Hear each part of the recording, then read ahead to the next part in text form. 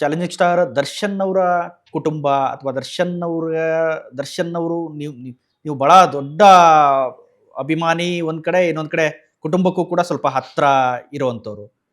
So ಇದು ಹೆಂಗ್ ಸಾಧ್ಯ ಆಯ್ತು? ಯಾವ ವಯಸ್ಸಿಂದ ಇದು ಸ್ಟಾರ್ಟ್ ಆಯ್ತು? ದರ್ಶನ್ ಅವ್ರನ್ನೇ ಯಾಕೆ ನೀವು ದೇವ್ರು ಅಂತ ಇದು ಮಾಡ್ತೀರಿ? ಸರ್ 2017ರಲ್ಲಿ ನಾನು ಸರಿಗಮಪ ರಿಯಾಲಿಟಿ ಶೋ ಇರ್ತೀನಿ, ಸೀಸನ್ 13 2017ರಲ್ಲಿ. ಅದು ಮುಗಿಸಿ ಅದು ಶೋ ಹೋದೆ, ಅಲ್ಲಿ ಎಲಿಮಿನೇಟ್ ಆದೆ, ವಾಪಸ್ ಬಂದೆ. ಅದಾಗಿದ ತಕ್ಷಣ ನನಗೆ ಡಿಪ್ರೆಷನ್ ಕೊಟ್ಟೋದೆ, ಫುಲ್ ಡಿಪ್ರೆಷನ್. ನೆಕ್ಸ್ಟ್ ಏನ್ ಮಾಡ್ಬೇಕು ಗೊತ್ತಿಲ್ಲ ನನಗೆ, ಯಾಕಂದ್ರೆ ನಾನು ಇಡೀ ಕರ್ನಾಟಕಕ್ಕೆ ಪರಿಚಯ ಆಗ್ಬೇಕಿತ್ತು. ನಾನು ಫಸ್ಟ್ ಆಫ್ ಆಲ್ ನಿಮ್ಗೆ ವೈಯಕ್ತಿಕವಾಗಿ ಏನ್ ಡಿಪ್ರೆಷನ್ ಅಂದ್ರೆ ಯಾವ ರೀತಿ? ಅದೇ ಸರ್, ಶೋ ಅಲ್ಲಿ ಎಲಿಮಿನೇಟ್ ಆಗೋದೆ, ಬೇಗ ಎಲಿಮಿನೇಟ್ ಮಾಡಕ್ ಬಿಟ್ರು ನನ್ನನ್ನ. ಎಲಿಮಿನೇಟ್ ಮಾಡ್ಬಿಟ್ರು ನನ್ನನ್ನ, ಅಂದ್ರೆ ಫಸ್ಟ್ ಎಪಿಸೋಡ್ ಅಲ್ಲೇ ಮಾಡ್ಬಿಟ್ರು ನನ್ನನ್ನ. ಬಟ್ ಯಾಕಂತ ಗೊತ್ತಿಲ್ಲ. ತುಂಬಾ ಜನ ಆ ಎಪಿಸೋಡ್ ನೋಡಿದಾಗ ತುಂಬಾ ಜನ ನನ್ನ ಕೇಳಿರೋದು, ಯಾಕೆ ಮಾಡಿದ್ರು ನಿನ್ನ ಎಲಿಮಿನೇಟ್? ಎಷ್ಟೋ ಚಾನೆಲ್ಗಳವ್ರು ಫೋನ್ ಮಾಡ್ಬಿಟ್ರು ನನಗೆ, ನೀನು ಯಾಕೆ ಬೇಕಿತ್ತು ಆ ಶೋ, ನಿನ್ನ ಬೇಕು ಅಂತ ಪಪ್ಪೆಟ್ ತರ ತೋರಿಸ್ಬಿಟ್ರು ನಿನ್ನಲ್ಲಿ ಅಂತ. ಆಮೇಲೆ ನಾನು ಹೇಳಿದೆ ಅವ್ರಿಗೆ, ಆಯ್ತು ಬಿಡಿ, ಏನೋ ಆಯ್ತು, ತಲೆ ಯಾಕೆ ಕೆಡ್ಸ್ಕೋಬೇಕು ಅಂತ. ಬಟ್ ಹತ್ಕೊಂಡ್ ಬಂದ್ಬಿಟ್ಟೆ ಅವತ್ತು. ಅಲ್ಲಿಂದ ಹೊರಗಡೆ ಬಂದು ಚಾನೆಲ್ ಅವ್ರಿಗೆಲ್ಲ ಕೇಳಿದೆ ನಾನು ಅವತ್ತು. ಆಕ್ಚುಲಿ ಸರ್, ನನ್ನ ಲೈಫ್ ಪ್ರಶ್ನೆ ಇದು. ಇಡೀ ಕರ್ನಾಟಕಕ್ಕೆ ನಾನು ರೀಚ್ ಆಗ್ತೀನಿ, ಏನಾದ್ರೂ ಮಾಡಿ ಒಂದು ಅವಕಾಶ ಕೊಡಿ. ಇಲ್ಲ ಚಾನೆಲ್ ಡಿಸಿಷನ್ ಅನ್ಬಿಟ್ರು. ಸೊ ಆಯ್ತು ಅಂದ್ಬಿಟ್ಟು ನಾನು ವಾಪಸ್ ಬಂದ್ಬಿಟ್ಟೆ. ಆಮೇಲೆ ನನ್ನ ಫ್ರೆಂಡ್ ಒಬ್ರು ಇದ್ರು, ಅವರು ಡಾನ್ಸ್ ಕೊರಿಯೋಗ್ರಾಫರ್. ಅವ್ರು ನನ್ನನ್ನ ಇಲ್ಲಿಂದ ತಿರುವಣ್ಣಾಮಲೈ ದೇವಸ್ಥಾನ ಅಂತ ಇದೆ, ಅರುಣಾಚಲೇಶ್ವರ ದೇವಸ್ಥಾನ, ಅಲ್ಲಿ ಕರ್ಕೊಂಡು ಹೋದ್ರು ನನ್ನನ್ನ. ನೀವು ತಲೆ ಕೆಡ್ಸ್ಕೊಂಡ್ಬಿಡಿ ಬ್ರದರ್, ಒಂದು ದೇವಸ್ಥಾನ ಇದೆ ಬನ್ನಿ ಅಂತ. ಸೀದಾ ಅಲ್ಲಿಗೆ ಹೋದ್ವಿ, ಡಿಪ್ರೆಷನ್ ಅಲ್ಲಿ ಇದ್ದಾಗ. ಅಲ್ಲಿ ಹೋಗಿ ಬಂದಿದ್ ವಾಪಸ್ ಸರ್, ಅಷ್ಟೇ ನನಗೆ ಗೊತ್ತು. ಫಸ್ಟ್ ಸಾಂಗ್ ಮಾಡಿದೆ ದರ್ಶನ್ ಅವ್ರದ್ದು, ಫಸ್ಟ್ ಡಿ ಬಾಸ್.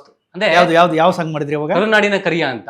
ಓಕೆ, ಈಗ ನಮ್ಮ ವೀಕ್ಷಕರಿಗೆ ಕೇಳೋದಾದ್ರೆ, ಕರುನಾಡಿನ ಕರಿಯ ಇವನು, ಅಭಿಮಾನಿಗೆ ಸಾರಥಿ ಇವನು, ಜಗಮಚ್ಚಿದ ದಾಸ ಇವನು, ತೂಗುದೀಪರ ಪುತ್ರ ಇವನು, ಈ ನಮ್ಮ ಪ್ರೀತಿಯ ರಾಮು ಕುಲಕೋಟಿ ಕನ್ನಡಿಗ ಯೋಧ, ಈ ನಮ್ಮ ಪ್ರೀತಿಯ ರಾಮು ಕುಲಕೋಟಿ ಕನ್ನಡಿಗ ಯೋಧ. Happy happy birthday challenging star, ಬಂದ್ರು ದಾರಿ ಬೀಡಿ ದೇವಿಲ್ಲೀಗ. Happy happy birthday challenging star, ಬಂದ್ರು ದಾರಿ ಬೀಡಿ ಡೆವಿಲ್ಲೀಗ. ಇವಾಗ ಇದು ಸಾಂಗು, ಇದು ಫಸ್ಟ್ ಸಾಂಗ್ ನೀವು ದರ್ಶನ್ ಅವ್ರಿಗೆ ಮಾಡಿ? ಇದು ಫಸ್ಟ್ ಸಾಂಗು.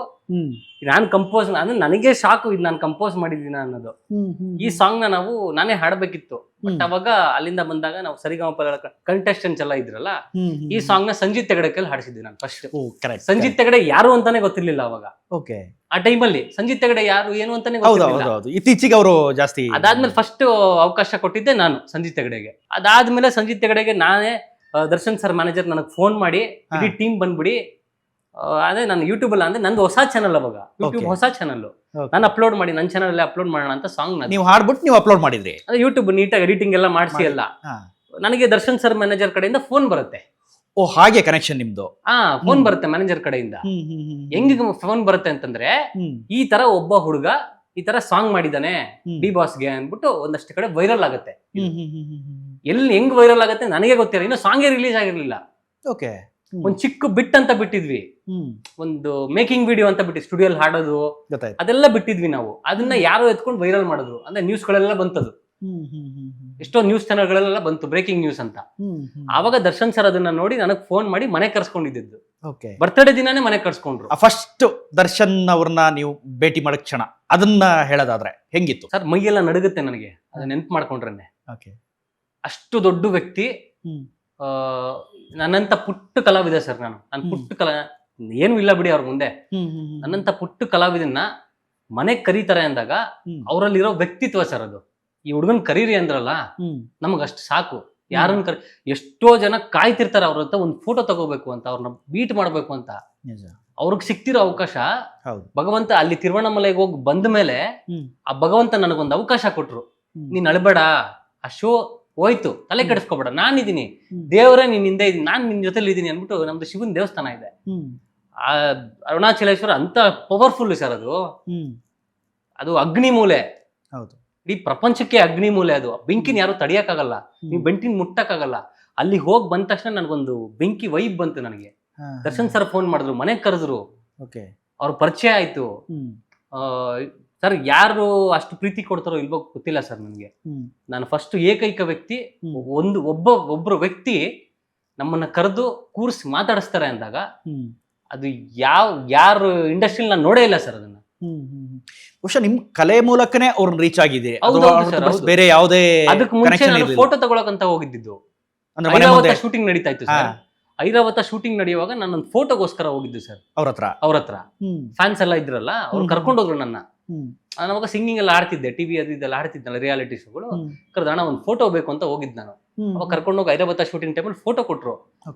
ಸರಿ, ನೆಕ್ಸ್ಟ್ ಏನಾದ್ರು ಮಾಡ್ಬೇಕಲ್ಲ, ನಾನು ಬರೀ ಫೋಟೋಕ್ಕೋಸ್ಕರ ಹೋದ್ರೆ ಚೆನ್ನಾಗಿರಲ್ಲ. ನನ್ನ ಹತ್ರ ಒಂದು ಕಲೆ ಇದೆ, ಸಿಂಗಿಂಗ್ ಹಾಡ್ತೀನಿ, ಮ್ಯೂಸಿಕ್ ಮಾಡ್ತೀನಿ, ಏನಾದ್ರು ಒಂದು ಮಾಡೋಣ, ಅವ್ರನ್ನ ಗಿಫ್ಟ್ ಕೊಡೋಣ ಅಂತ ಅವ್ರಿಗಂತ ಅವಾಗ ಶುರು ಮಾಡಿದ್ ನಾನು.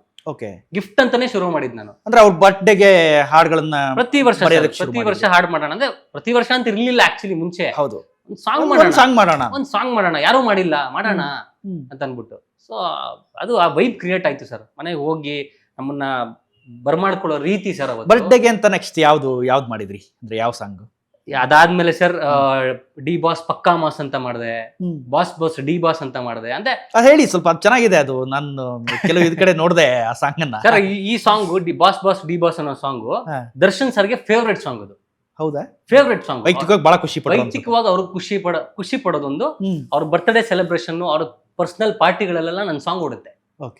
ಅಲ್ಲಿ ಫಾರ್ಮ್ ಹೌಸ್ ಅಲ್ಲಿ ಆಗಿರ್ಬೋದು, ಅವ್ರ ಬರ್ತ್ಡೇ ಪಾರ್ಟೀಸ್ ಅಲ್ಲಿ ಆಗಿರ್ಬೋದು, ಆ ಸಾಂಗ್ ಹಾಕು ಅಂತಾರಂತೆ. ಅವ್ರಿಗೆ ಮಾಡಿರೋ ಸಾಂಗ್ ಹಾಕು ಅಂತಾರಂತೆ. ಇನ್ನೇನ್ ಬೇಕು ಸರ್ ನಮ್ಗೆ? ಕರೀತಾರ ಯಾವಾಗ್ಲೂ? ಕರೆದು ಹಾಡ್ಸೋದು ಆ ತರದ್ ಏನಾರು ಇದೆಯಾ? ರೀಸೆಂಟ್ ಆಗಿ ಮೊನ್ನೆ ಒಂದು, ಅದೇ ಮುಂಚೆ ಒಳಗಡೆ ಹೋಗೋಕ್ಕಿಂತ ಮುಂಚೆ ನನಗೆ ಫೋನ್ ಮಾಡಿ ಕರೆದ್ರು ಮನೆಗೆ. ಕರೆದು ಬಿಟ್ಟು ಮಾತಾಡ್ಸಿದ್ರು ಸರ್ ನನ್ನ. ಚಿನ್ನ ನಿನ್ಗೆ ಏನಾದ್ರು ಇದ್ರೆ ಫೋನ್ ಮಾಡು ನನ್ಗೆ ಅಂತ ಹೇಳ್ಬಿಟ್ಟು, ಹಂಗೆ ಕರೆಯೋದು ಅನ್ಸುತ್ತೆ, ಚಿನ್ನ ಅಂತಾನೆ ಕರೆಯೋದು ಸರ್. ನನ್ನನ್ನ ಪ್ರೀತಿಯಿಂದ ಎಲ್ರೂ ಹಂಗೆ ಕರೆಯೋದವ್ರು. ಅವ್ರು ಅಷ್ಟು ಪ್ರೀತಿಯಿಂದ ಚಿನ್ನ ಅಂತಾನೆ ಕರೆಯೋದು. ಚಿನ್ನ ನೀನ್ ಮಾಡು ಚಿನ್ನ ನೀನು ಅಂತಾರೆ. ಅಂದ್ರೆ ಅವ್ರು ಕೊಡೋ ಪ್ರೀತಿ ಇದೆಯಲ್ಲ ಸರ್, ಅದ್ ಯಾರಿಗೂ ಬರಲ್ಲ ಆ ಪ್ರೀತಿ. ನಾವು ಕಣ್ಣಾರೆ ನೋಡಿರೋದು ಇದು. ಇನ್ನೊಂದೆರಡು ಲೈನ್ ಅದ್ರದ್ದು. ಆ ಬಾಸ್ ಡಿ ಬಾಸ್ ಅನ್ನೋ ಸಾಂಗ್ ಸರ್. ಅಡ್ಡಾದಿಡ್ಡಿ ನುಗ್ಗೋರ್ಗೆಲ್ಲ ಸೆಡ್ಡು ಹೊಡಿಯೋನ್ ಬಂದ ನೋಡು, ಕಾಲರ್ ಎತ್ತಿ ಮರಿಯೋರೆಲ್ಲ ಕಾಲ ಕೆಳಗೆ ಬಿದ್ರು ನೋಡು. ಅಡ್ಡಾದಿಡ್ಡಿ ನುಗ್ಗೋರ್ಗೆಲ್ಲ ಸೆಡ್ಡು ಹೊಡಿಯೋನ್ ಬಂದ ನೋಡು, ಕಾಲರ್ ಎತ್ತಿ ಮರಿಯೋರೆಲ್ಲ ಕಾಲ ಕೆಳಗೆ ಬಿದ್ರು ನೋಡು. ಬಂದ ನೋಡು, ನಮ್ಮ ದೊರೆಯ ಇವರು ನೋಡು. ದೇಖೋ ದೇಖೋ ಬಾಸು, ಗರ್ಜನ ದೇಖೋ D boss. Boss D boss D boss ಇವರೇ D boss. D boss D boss ಇವರೇ ಡಿ ಬಾಸ್. ಇದು ಆಕ್ಚುಲಿ ಅಂದ್ರೆ ಈ ಸಾಂಗ್ ಬಂದಿದ್ ರೀತಿ ಹೆಂಗಿತ್ತು ಅಂದ್ರೆ, ಎಲ್ಲಾ ಅಭಿಮಾನಿಗಳು ಅವಾಗ ಬಾಸ್ ಡಿ ಬಾಸ್ ಈಗ್ಲೂ ಅದೇ ಇದೆ. ಆ ಸ್ಲೋಗನ್ ಅವಾಗ ಸಖತ್ ವೈರಲ್ ಆಗಿತ್ತು. ಅದನ್ನೇ ಟೈಟಲ್ ಇಟ್ಟೆ ನಾನು. ನನ್ನ ಟೈಟಲ್ ಇಡೋದೇ ವಿಭಿನ್ನ ಸರ್. ಈಗ ಬಾಸ್ ಡಿ ಬಾಸ್ ಅಂತ ಇಟ್ಟೆ, ಡಿ ಬಾಸ್ ಪಕ್ಕಾ ಮಾಸ್ ಅಂತ ಇಟ್ಟೆ. ಅಂದ್ರೆ ಅವ್ರು ಯಾವಾಗ್ಲೂ ಮಾಸೆ. ಆಮೇಲೆ D boss ಫ್ಯಾನ್ಸ್ಗಳಿಗೋಸ್ಕರ boss Nalla it's my celebrities ಅಂತ ಇಟ್ಟೆ. ಅವ್ರನ್ನ ಹೇಳೋದು ನಾನಲ್ಲಪ್ಪ ಬಾಸು, ನೀವು ನನಗ್ ಬಾಸು ಅಂತ ನಮ್ಮನ್ನ ಸೆಲೆಬ್ರಿಟಿಗಳು ಅಂತ ಹೇಳ್ಬಿಟ್ರು. ಏನ್ ಮಾಡಿದೆ, ಬಾಸ್ ನಾನಲ್ಲ ಇಟ್ಸ್ ಮೈ ಸೆಲೆಬ್ರಿಟೀಸ್ ಅಂತ ಟೈಟಲ್ ಇಟ್ಟೆ. ಸೊ ಆ ತರ ಆ ಟೈಟಲ್ಗಳಲ್ಲಿ ನಾನು ಹುಡುಕ್ತಾ ಇರ್ತೀನಿ ಸರ್. ಅವ್ರಿಗೆ ಏನ್ ಇಡಬೇಕು, ಇವಾಗ ಚಾಲೆಂಜಿಂಗ್ ಸ್ಟಾರ್ ಅಂತ ಒಬ್ರು ಇಟ್ರು ಟೈಟ್ಲ್. ಆತರ ನಾನು ಏನಾದ್ರು ಒಂದು ಟೈಟ್ಲ್ ಹುಡುಕ್ತಾ ಇರ್ತೀನಿ. ಆತರ ಇವಾಗ 10 ಟೈಟ್ಲ್ ಇಟ್ಟಿದ್ದೀನಿ. ಅವ್ರ ಕುಟುಂಬದವರು ಕೂಡ ನಮ್ಮ ಹುಡುಗನ ಲಿಸ್ಟಿಗೆ ಸೇರ್ಸ್ಕೊಂಡ್ಬಿಟ್ಟಿದ್ದಾರೆ ನಿಮ್ಮನ್ನ ಸರ್. ಅವ್ರ ಕುಟುಂಬ ಒಂದು, ಅವ್ರ ದರ್ಶನ್ ಸರ್ ಅಭಿಮಾನಿಗಳು, ಸೆಲೆಬ್ರಿಟಿ ಎಷ್ಟು ಜನ ಇದಾರೋ ಸರ್, ಅಷ್ಟು ಪ್ರೀತಿ ಕೊಡ್ತಾರೆ ಸರ್ ನಂಗೆ ಇವತ್ತು. ಮುಂಚೆ ನನಗೆ ಅಷ್ಟು ಪ್ರೀತಿ ಇರ್ಲಿಲ್ಲ. ಈ ಸಾಂಗ್ ಮಾಡದ್ಮೇಲಂತೂ ನಮ್ಮ ಹುಡುಗ, ನಮ್ಮ ಬಾಸ್ ಹುಡುಗ ಬೆಳೀತಾ ಇದ್ದಾನಂದ್ರೆ ನಾವು ಸಪೋರ್ಟ್ ಮಾಡೋಣ ಅಂತ ಅವ್ರು ಸಪೋರ್ಟ್ ಮಾಡ್ತಾರೆ ಸರ್.